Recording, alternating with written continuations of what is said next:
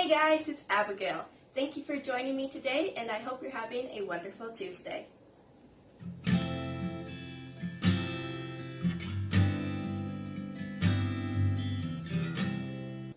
So today I am joined by our special guest, Becca.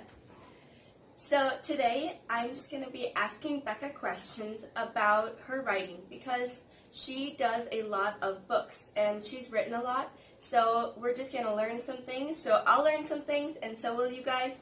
And she'll just be answering some questions that we have so that way we can both grow. Okay, so the first question is, how many books have you finished? It's a good question. Finished is the key word there. I think total, five full-length finished novels. Okay. Have you ever self-published any of them? Unfortunately, I have not. It's definitely still a dream of mine. But the last couple that I was planning on and going to work towards, other things like nursing school and a new baby, kind of got in the way of that. So I'm still wanting to at some point, but not yet. Okay. How did you learn to start writing? Like, what helped you as you were just looking forward to wanting to start writing? I think the biggest thing that kind of pushed me into writing was reading a lot.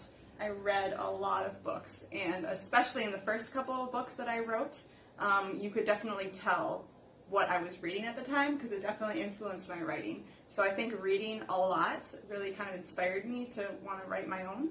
And then I took a class called 1 Year Adventure Novel, and that helped me write a full-length. It went from short stories to a full-length, my first full-length novel. Okay, so is that program, is it free, or how long does it take to complete it? Yeah, that was a class I took actually for the school year. So I don't remember. I think I was 15 or 16. I'm not sure exactly which grade I was. But it was a full year, and it was not free. I don't remember. Mom paid for it, so I did not have to worry about that. But it was a class that we bought, and had a bunch of videos we watched, and then worksheets, and even an online platform. And so I did that for a year, in the title, 1 Year Adventure Novel. So I did that for a whole year, and then that was my first finished novel. That's really fun. Yeah, that sounds like a really great place to start. So, next question is, how many, this is talking about starting, how many pages do you think would be good in either a book or just a good size to start with, so that way you don't get so overwhelmed, but it's not just written as a poem or a short story? Yeah. I think when I first started writing, trying to kind of lengthen it, I think I aimed for 100 pages because I thought the triple digits sounded exciting. But based on, there are criteria, the difference between a short story, a novella, and a novel, and I think the minimum for a novel is 40,000 words. So I think that's what I mainly aim towards, which I think turns out to be about 240 to 300 pages, depending. But that's the full length if you're publishing a novel. To not get overwhelmed, definitely I would say you can aim for a little less than that just to start out and practicing.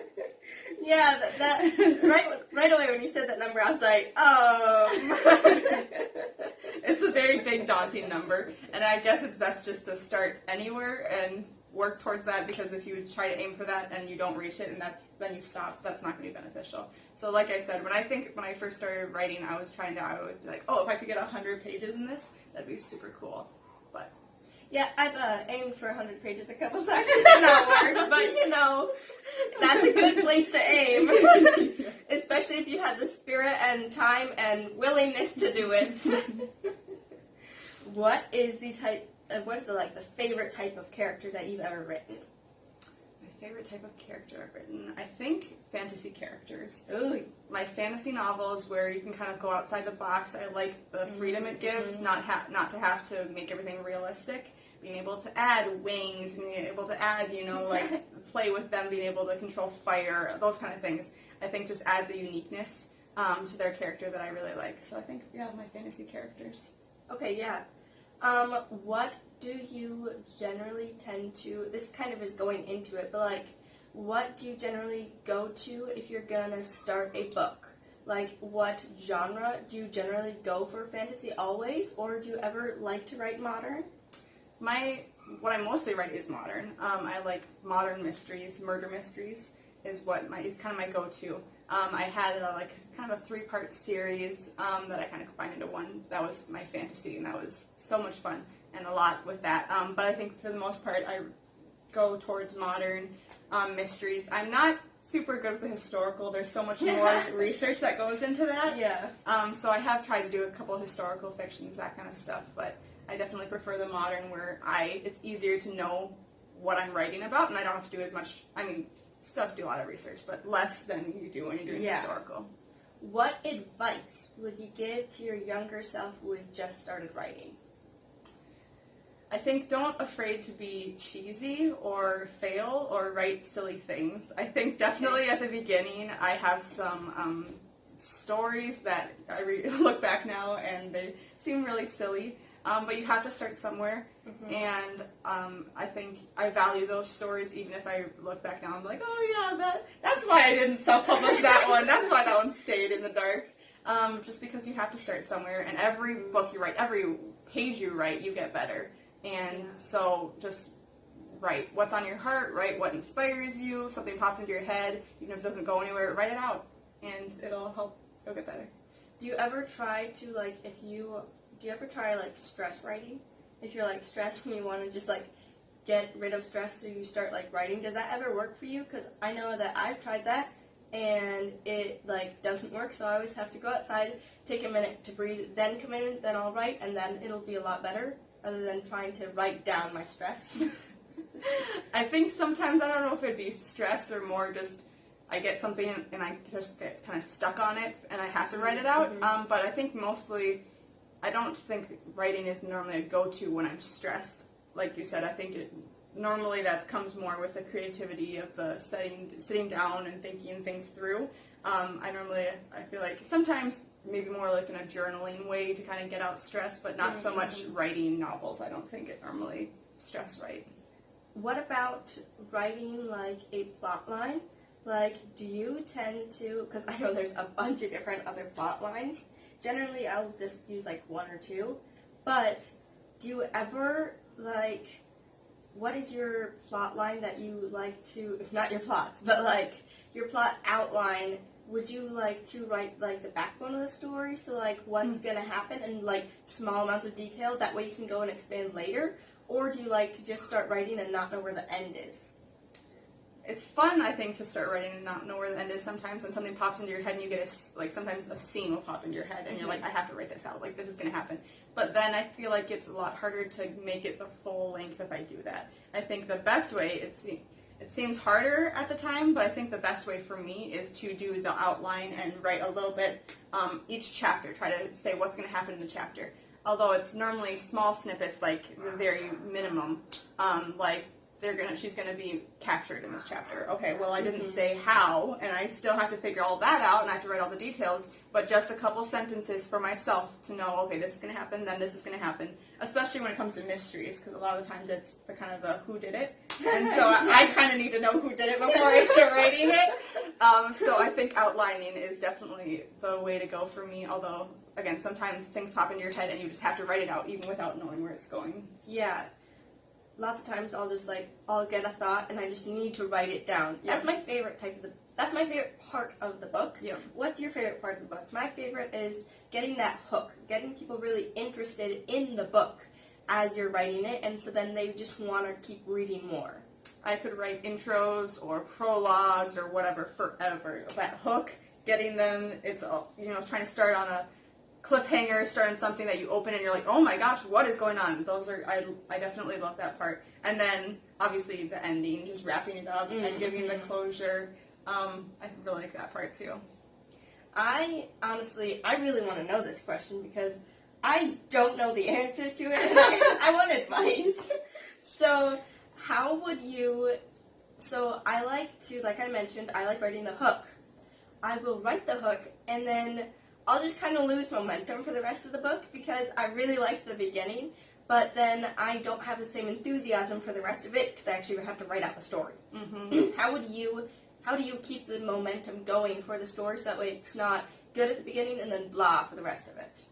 I feel like that's a really hard thing to do. And I feel like sometimes it is hard when you get that good idea and you write it and then you're like, okay, now I have to actually create the book and what's going to happen. And sometimes that's when I can it gets dry and I can kind of stop. And I've stopped for months before, months at a time, because I was like, I don't even know what to write anymore.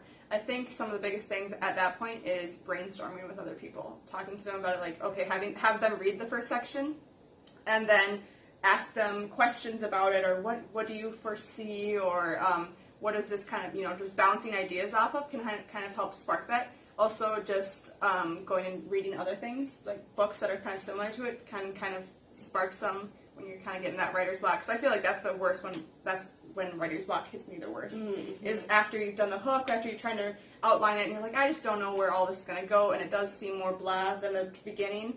I think talking to other people and just sometimes giving it a break, putting it down for a little while, like, I'm just not going to work on this right now, and then you come back in a month and you're like, okay, yeah, I get kind of excited about it again, I think can definitely help. And then sometimes just pushing through, like, it doesn't seem as exciting, but just knowing, okay, I have to this is where I want to go, this is the ending I want, and I have to write to that point. And you just hope that you can figure it out along the way. Mm-hmm. What's your experience with, like, co-authoring? Like, have you ever, like, tried to co-author a book at all? I did. We never finished it, okay, which was unfortunate.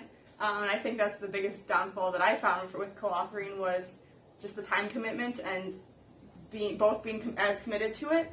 And so we started. We took every other chapter. We each took a main character, so there's 2 main characters, and we switched off every other chapter. She wrote one, and I wrote the other chapter, and so we could kind of write it in our own times and then just put it together a little bit. Obviously, the plot has to go at the same time. Yeah. And so we did that, and I don't remember how far we got. It was super, super fun, and I don't even remember what happened to that. It was somewhere on the internet, somewhere saved.